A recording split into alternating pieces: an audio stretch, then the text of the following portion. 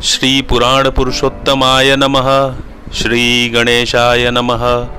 श्री शिव महापुराण विद्वेश्वर संहिता। प्रयाग में सूत जी से मुनियों का तुरंत पापनाश करने वाले साधन के विषय में प्रश्न। आद्यंत मंगलम जात समान भाव मार्यम तमीश मजरामरामात्मदेवम पंचाननम प्रबल पंच विनोदशीलम संभावये मनसि शंकरम विकेशम। जो आदि और अंत में तथा मध्य में नित्य मंगलमय है, जिनकी समानता अथवा तुलना कहीं भी नहीं है, जो आत्मा को स्वरूप को प्रकाशित करने वाले देवता परमात्मा है, जिनके 5 मुख हैं और जो खेल ही खेल में अनायास जगत की रचना, पालन और संहार तथा अनुग्रह एवं तिरोभाव रूप 5 प्रबल कर्म करते रहते हैं, उन सर्वश्रेष्ठ अजर अमर ईश्वर अंबिकापति भगवान शंकर का मैं मन ही मन चिंतन करता हूँ।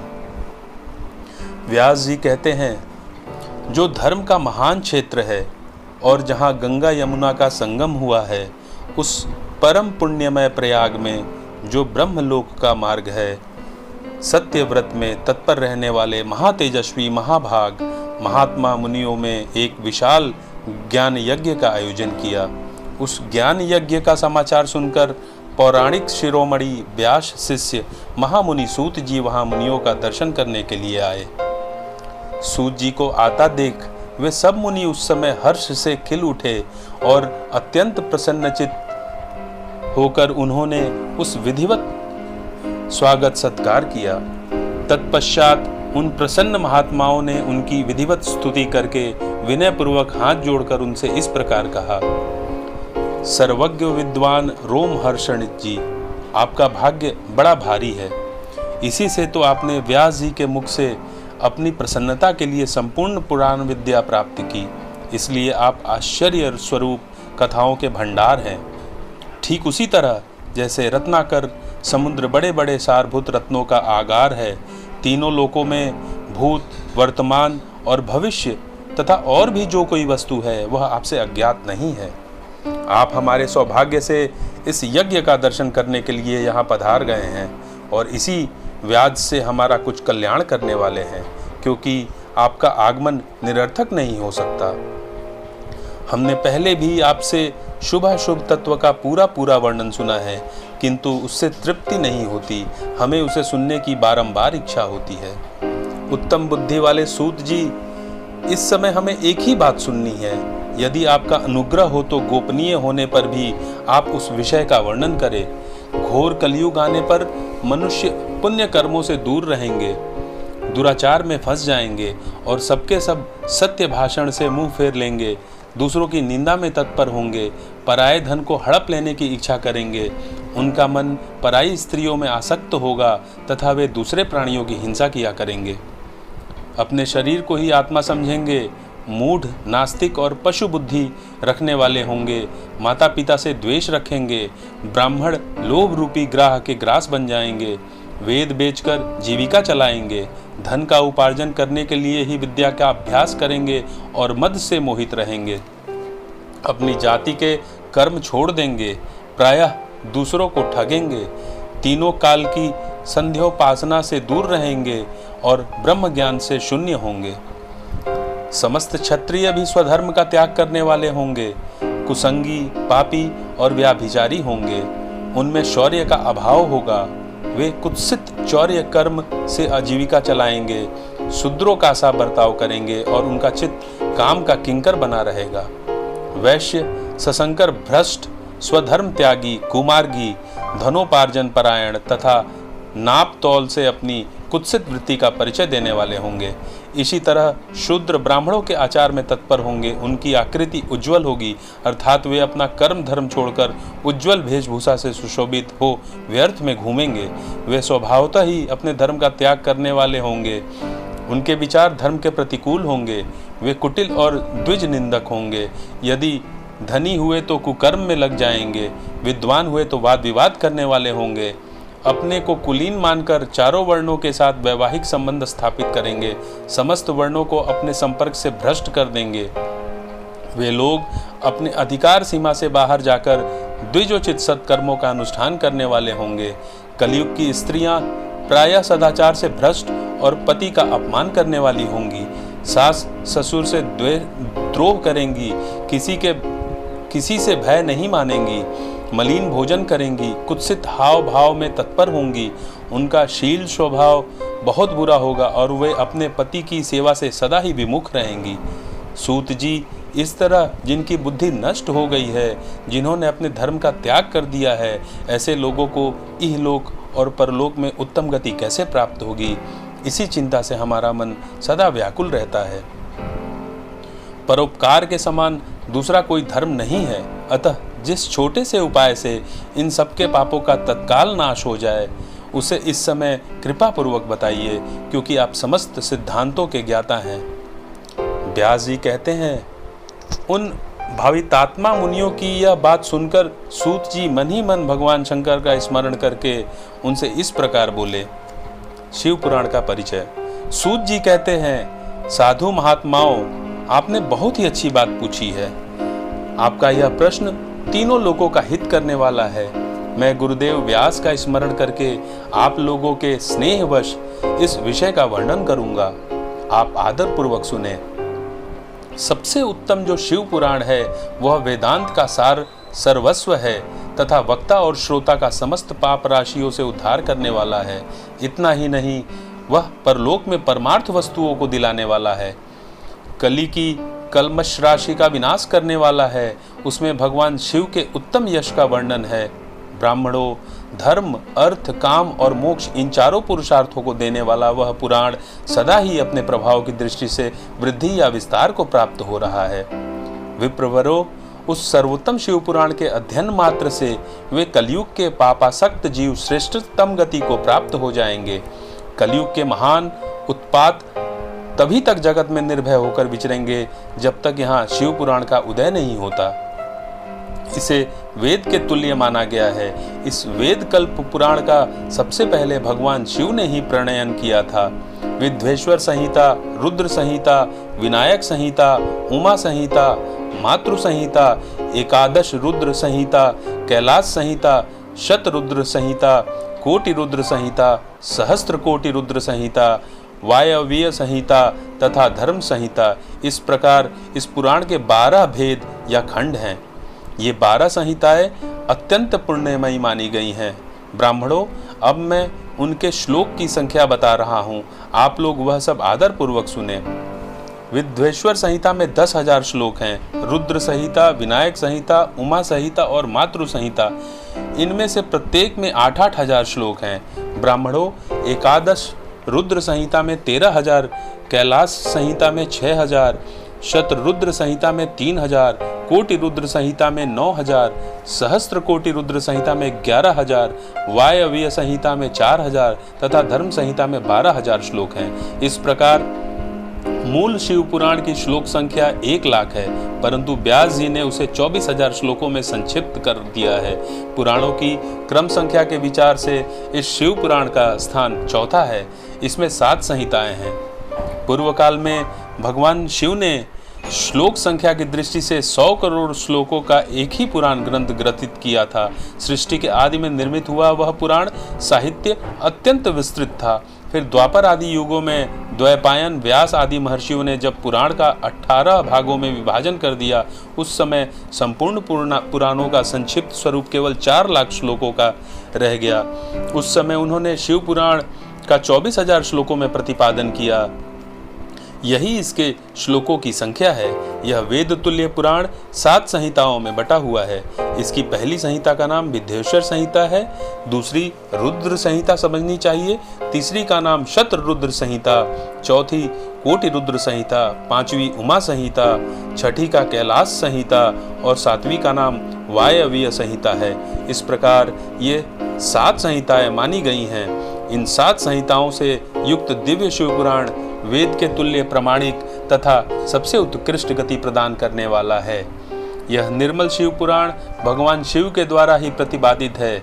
इसे शैव शिरोमणि भगवान व्यास ने संक्षेप में संकलित किया है। यह समस्त जीव समुदाय के लिए उपकारक त्रिविध तापों का नाश करने वाला, तुलना रहित एवं सत्पुरुषों को कल्याण प्रदान करने वाला है। इसमें वेदांत विज्ञानमय प्रधान तथा निष्कपट धर्म का प्रतिपादन किया गया है। यह पुराण ईर्ष्या रहित अंतःकरण वाले विद्वानों के लिए जानने की वस्तु है। इसमें श्रेष्ठ मंत्र समूहों का संकलन है तथा धर्म, अर्थ और काम इन त्रिवर्ग की प्राप्ति के साधन का भी वर्णन है। यह उत्तम शिव पुराण समस्त पुराणों में श्रेष्ठ है। वेद वेदांत में वेद्य रूप से विलसित परम वस्तु परमात्मा का इसमें गान किया गया है। जो बड़े आदर से इसे पढ़ता और सुनता है वह भगवान शिव का प्रिय होकर परम गति को प्राप्त कर लेता है। साध्य साधन आदि का विचार तथा श्रवण, कीर्तन और मनन, इन तीन साधनों की श्रेष्ठता का प्रतिपादन। व्यास जी कहते हैं, सूत जी का यह वचन सुनकर वे सब महर्षि बोले, अब आप हमें वेदांतर सार सर्वस्वरूप अद्भुत शिव पुराण की कथा सुनाइए। सूत जी ने कहा, आप सब महर्षिगण रोग शोक से रहित कल्याणमय भगवान शिव का स्मरण करके पुराण प्रवर शिव पुराण की, जो वेद के सार तत्वों से प्रकट हुआ है, कथा सुनिए। शिव पुराण में भक्ति, ज्ञान और वैराग्य, इन तीनों का प्रीतिपूर्वक गान किया गया है और वेदांत वेद्य सद्वस्तु का विशेष रूप से वर्णन है। इस वर्तमान कल्प में जब सृष्टि कर्म आरंभ हुआ था, उन दिनों 6 कुलों के महर्षि परस्पर वाद विवाद करते हुए कहने लगे, अमुक वस्तु सबसे उत्कृष्ट है और अमुक नहीं है। उनके इस विवाद ने अत्यंत महान रूप धारण कर लिया। तब वे सब के सब अपनी शंका के समाधान के लिए सृष्टिकर्ता अविनाशी ब्रह्मा जी के पास गए और हाथ जोड़कर विनय भरी वाणी से बोले, प्रभो, आप संपूर्ण जगत को धारण पोषण करने वाले तथा समस्त कारणों के भी कारण हैं। हम यह जानना चाहते हैं कि संपूर्ण तत्वों से परे परात्पर पुराण पुरुष कौन है। ब्रह्मा जी ने कहा, जहाँ से मन सहित वाणी उन्हें न पाकर लौट आती है तथा जिनसे ब्रह्मा, विष्णु, रुद्र और इंद्र आदि से युक्त यह संपूर्ण जगत समस्त भूतों एवं इंद्रियों के साथ पहले प्रकट हुआ है, वे ही ये देव हैं। महादेव सर्वज्ञ एवं संपूर्ण जगत के स्वामी हैं। ये ही सबसे उत्कृष्ट हैं। भक्ति ही इनका साक्षात्कार होता है। भक्ति से ही इनका साक्षात्कार होता है। दूसरे किसी उपाय से कहीं इनका दर्शन नहीं होता। रुद्र, हरि, हर अन्य देवेश्वर सदा उत्तम भक्ति भाव से उनका दर्शन करना चाहते हैं। भगवान शिव में भक्ति होने से मनुष्य संसार बंधन से मुक्त हो जाता है। देवता के कृपा प्रसाद से उनमें भक्ति होती है और भक्ति से देवता का कृपा प्रसाद प्राप्त होता है। ठीक उसी तरह जैसे यहाँ अंकुर से बीज और बीज से अंकुर पैदा होता है, इसलिए तुम सब ब्रह्मर्षि भगवान शंकर का कृपा प्रसाद प्राप्त करने के लिए भूतल पर जाकर वहाँ सहस्त्रों वर्षों तक चालू रहने वाले एक विशाल यज्ञ का आयोजन करो। इन यज्ञपति भगवान शिव की कृपा से वेदोक्त विद्या के सारभूत साध्य साधन का ज्ञान होता है। शिवपद की प्राप्ति ही साध्य है, उनकी सेवा ही साधन है तथा उनके प्रसाद से जो नित्य नौमित्तिक आदि फलों की ओर से निष्प्रिय होता है वही साधक है। वेदोक्त कर्म का अनुष्ठान करके उसके महान फलों को भगवान शिव के चरणों में समर्पित कर देना ही परमेश्वर पद की प्राप्ति है। वही सालोक्य आदि से क्रम से प्राप्त होने वाली मुक्ति है। उन पुरुषों की भक्ति के अनुसार उन सबको उत्कृष्ट फल की प्राप्ति होती है। उस भक्ति के साधन अनेक प्रकार के हैं, जिनका साक्षात्कार महेश्वर ने ही प्रतिपादन किया है। उनमें से सारभूत साधन को संक्षिप्त करके मैं बता रहा हूँ। कान से भगवान के नाम गुण और लीलाओं का श्रवण, वाणी द्वारा उनका कीर्तन तथा मन के द्वारा उनका मनन, इन तीनों को महान साधन कहा गया है। तात्पर्य यह है कि महेश्वर का श्रवण, कीर्तन और मनन करना चाहिए। यह श्रुति का वाक्य हम सबके लिए प्रमाणभूत है। इसी साधन से संपूर्ण मनोरथों की सिद्धि में लगे हुए आप लोग परम साध्य को प्राप्त हों। लोग प्रत्यक्ष वस्तु को आंखों से देखकर उसमें प्रवृत्त होते हैं, परंतु जिस वस्तु का कहीं भी प्रत्यक्ष दर्शन नहीं होता, उसे श्रवणेन्द्रिय द्वारा जान सुनकर मनुष्य उनकी प्राप्ति के लिए चेष्टा करता है। अतः पहला साधन श्रवण ही है। उसके द्वारा गुरु के मुख से तत्व को सुनकर श्रेष्ठ बुद्धि वाला विद्वान पुरुष अन्य साधन कीर्तन एवं मन की सिद्धि करे। क्रमशः मनन पर्यंत इस साधना की अच्छी तरह साधना कर लेने पर उसके द्वारा सालोक्य आदि के क्रम में धीरे धीरे भगवान शिव का संयोग प्राप्त होता है। पहले सारे अंगों के रोग नष्ट हो जाते हैं, फिर सब प्रकार की लौकिक आनंद भी विलीन हो जाता है। भगवान शंकर की पूजा, उनके नामों के जप तथा उनके गुण रूप विलास और नामों का युक्ति परायण चित्त के द्वारा जो निरंतर परिशोधन या चिंतन होता है, उसी को मनन कहा गया है। वह महेश्वर की कृपा दृष्टि से उपलब्ध होता है। उसे समस्त श्रेष्ठ साधनों में प्रधान या प्रमुख कहा गया है। सूत जी कहते हैं, मुनीश्वरों, इस साधन का महात्म्य बताने के प्रसंग में मैं आप लोगों के लिए एक प्राचीन वृत्तांत का वर्णन करूंगा। उसे ध्यान से आप सुने। पहले की बात है, पराशर मुनि के पुत्र मेरे गुरु व्यास देव जी सरस्वती नदी के सुंदर तट पर तपस्या कर रहे थे। एक दिन सूर्य तुल्य तेजस्वी विमान से यात्रा करते हुए भगवान सनत कुमार अकस्मात वहां जा पहुंचे। उन्होंने मेरे गुरु को देखा, वो ध्यान में मग्न थे। उससे जगने पर उन्होंने ब्रह्मपुत्र सनत कुमार जी को अपने सामने उपस्थित देखा। देखकर वे बड़े वेग से उठे और उनके चरणों में प्रणाम करके मुनि ने उन्हें अर्घ्य दिया और देवताओं के बैठने योग्य आसन भी अर्पित किया। तब प्रसन्न हुए भगवान सनत कुमार विनीत भाव से खड़े हुए व्यास जी से गंभीर वाणी में बोले, मुने, तुम सत्य वस्तु का चिंतन करो। वह सत्य पदार्थ भगवान शिव ही हैं, जो तुम्हारे साक्षात्कार के विषय होंगे। भगवान शंकर का श्रवण, कीर्तन, मनन, ये 3 महत्तर साधन कहे गए हैं। ये तीनों ही वेद सम्मत हैं। पूर्व काल में मैं दूसरे साधनों के संभ्रम में पड़कर घूमता घामता मंदराचल पर जा पहुंचा और वहां तपस्या करने लगा।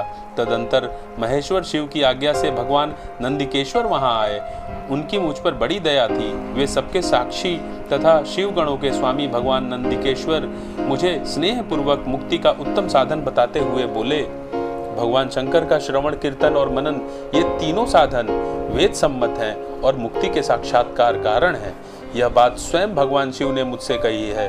अतः ब्राह्मण, तुम श्रवणादि तीनों साधनों का ही अनुष्ठान करो।